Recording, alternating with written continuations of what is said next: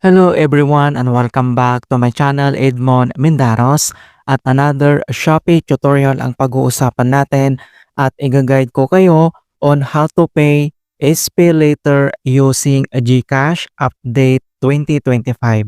Kaya stay tuned ka lang para malaman ang step-by-step method nito at start na natin. So ang next step natin gagawin ay kailangan mo lang mag-login sa ating Shopee applications and then i-click mo lang yan. And then dito sa Shopee homepage and then dito lang sa baba ay kailangan mo lang i-select dito yung Me Tab Profile. So click mo lang yan. And then dito sa ating profile homepage ng Shopee and then next step ay under dito lang sa ating My Wallet and then kailangan mo lang i-select dito yung SPay Later. So click mo lang yan.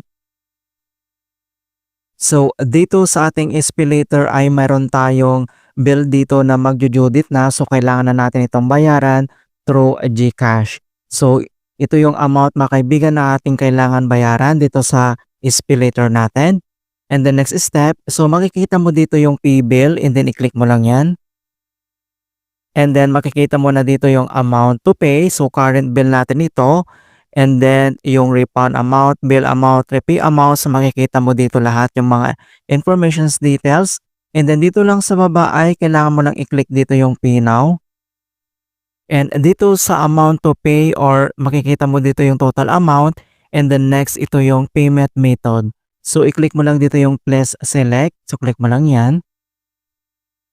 And dito sa ating payment method and then kailangan mo lang mag-select dito or i-select mo lang dito yung payment center at e-wallet. So i-click mo lang yan. And then kailangan mo lang i-select dito yung GCash. So click lang natin yan. And then once na select mo na dito yung GCash and then click mo lang dito yung confirm. And then next, click mo lang dito yung Pay Now. So dito sa email verification, so total payment and then include 2.226 pay. So mayroon siyang bayad and then payment method, payment center, e-wallet, GCash natin. And then next step and then click mo lang dito yung pay. And then dito sa ating GCash, login to pay with GCash and then kailangan mo lang i-enter dito yung registered na GCash mobile number. Okay, so kailangan mo lang i-double check yung GCash registered mobile number mo and then once na-enter mo na dito and i-click mo lang dito yung next. And then login to pay with GCash. So, kailangan mo lang i-enter dito yung 6-digit authentication code na sinend sa ating registered GCash number. So, enter lang natin. And then once na-enter mo na yung 6-digit authentication code, so double check mo lang kung tama and then click mo lang dito yung next. And then login to pay with GCash, enter mo lang dito yung 4-digit MPIN mo sa GCash. And then once na-enter mo na yung 4-digit PIN and then click mo lang dito yung next.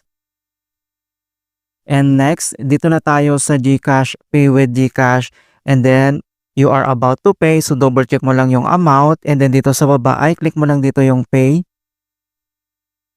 And then, wait natin na mag-redirect sa back to merchant. Ayan mga kaibigan, so makikita mo na dito na repayment successful. So, nandito lahat yung complete information details about yung sa binayaran natin. And dito naman sa baba ay makikita mo dito yung View My SPay Later. So click mo lang yan. Ayan. So makikita mo na dito na nabayaran na natin yung ating bill dito sa SPay Later. And mga kaibigan, and hope na nakapagbigay ako ng konting kaalaman at guide tungkol sa Shopee Pay Later tutorial. Thank you guys and see you in my next tutorial.